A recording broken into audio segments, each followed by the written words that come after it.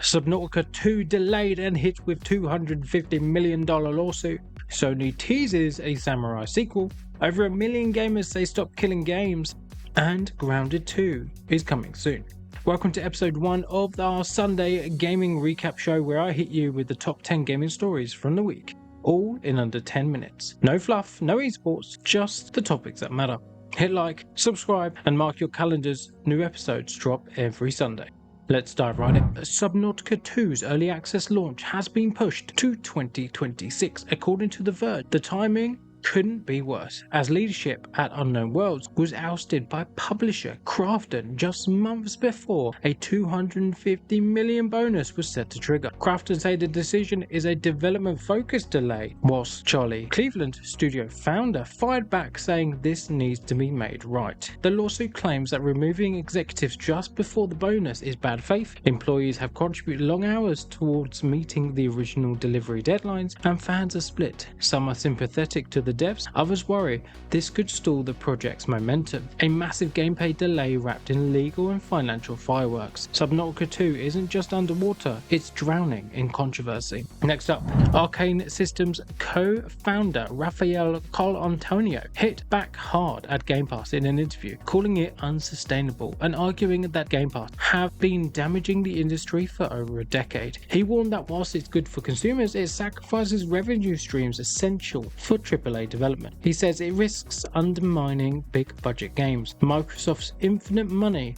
can't hide the economic reality. Smaller developers rely on Game Pass to reach a wider audience, but may find financial gains somewhat limiting. Other things to note is AAA studios depend on launch revenue to justify large budgets, something Game Pass could undermine. Microsoft has yet to formally respond, but this critique is the most pointed yet from an outsider. Powerful value for gamers. Other people have spoken on the topic, including Arian Studios, who has questioned the viability and long-term sustainability of subscription models. And what do you think? Do you think the subscription models are cannibalizing video game sales, or do you think it's a good direction for the industry to go? Let me know in the comments below. Continuing on with Xbox in the news this week, Xbox executed widespread layoffs across many of their first-party studios, cancelling major projects like the Perfect Dark reboot and Rare's Everwild. Windows Central and Forbes' Paul Tassi report that despite this, Xbox still has over 40 projects in development, including Grounded 2, The Outer Wilds 2, and Ninja Gaiden 4. Some comments from industry analysts say that some see this as necessary streamlining ahead of Xbox's next-gen hardware push. Others warn internal morale tremors could hit project quality.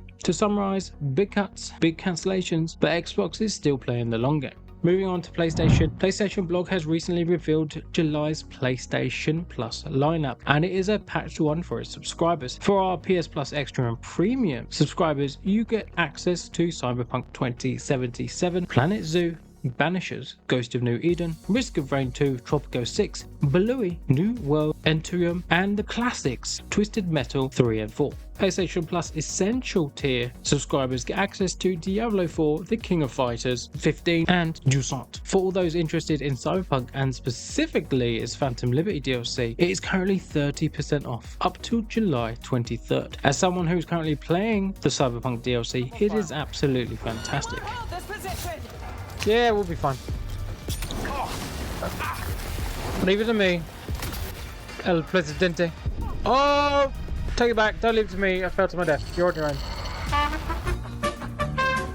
Keep an eye on the channel for a platinum video coming soon. Many are excited about the blockbuster value, especially with the inclusion of Cyberpunk and some PS2 classics. Moving on to more releases for the week. Tony Hawk Pro Skater 3 and 4 Remaster is now live, emphasizing a simpler trick system, HD resolution graphics, and online leaderboards. Early reviews call it faithful to the original with some modern polish. In other news, Killing Floor 3 launches on the 24th of July, kicking up with new enemy types, larger maps, and even more brutal brutal co-op mechanics. To summarize, whether you're chasing the combos or hosing down Zeds, these releases deliver nostalgia and mayhem in equal measure. For our cozy gamers out there, this one is for you. Tales of the Shire, launching on the 29th of July by Yotei Workshops, is a slow-paced live sim set in Token's universe. Players craft, fish, tend gardens, socialise with hobbits, and relax in a cozy experience that many are comparing to Animal Crossing, but set in Middle-earth. The gameplay hooks include harvesting pipeweeds, brewing, seasonal festivals, and collectible postcards, focusing on a calm, low-stress gameplay environment where there are no dragons or epic quests. To summarise, a fluffy, charming escape when you're not in the mood for the epic fantasy turmoil. Back to PlayStation now, and during Sony's July 10th State of Play, they dropped gameplay deep dive of Ghost of Yōtei, Sucker Punch's standalone sequel set 300 years after Ghost of Tsushima. You play as Atsu, a reclusive ronin targeting the notorious Yotei 6, and missions can be tackled in any order. Some of the cliff notes from that State of Play include the Kawasara mode, which is cinematic black and white homage, the Make mode, which is a gritty close-up intensity of the Takashi Makai, and the Watanabe mode, soft pastel cell shading and groovy lo-fi anime vibes. There are new weapons, a wolf companion, and diverse exploration to enjoy, as well as DualSense functionality, and they even announced a themed PS5 console. The official launch date is October 2nd, 2025, a cinematic sandbox of samurai action with customizable flair. Ghost of Yōtei looks built for replay and style. For our anime fans out there, this one is for you. Aiding the creators of Marvel vs. Capcom 3, they are launching Hunter x Hunter Nen X Impact this month. It blends combo-heavy combat with the anime's Nen system. Early footage shows battlefield depths resembling anime and fighting game classics. To summarize, anime fighter fans should keep an eye on this one. It blends muscle memory with Nen nuance. Next story is the Stop Killing Games petition/initiative has now reached over 1 million signatures. It pressures governments, particularly in the EU, to require publishers to offer online and private server options when shutting down live service games, first triggered by the controversy of Ubisoft shutting down the servers for The Crew. Other games in the news recently affected by this include Anthem, EA's controversial attempt at getting into the live service market. Publishers have reacted to the news, stating that mandatory private servers or offline modes would limit developer creativity and would be costly. Arguments include high server maintenance, legal complexity, and development overhead. To summarize,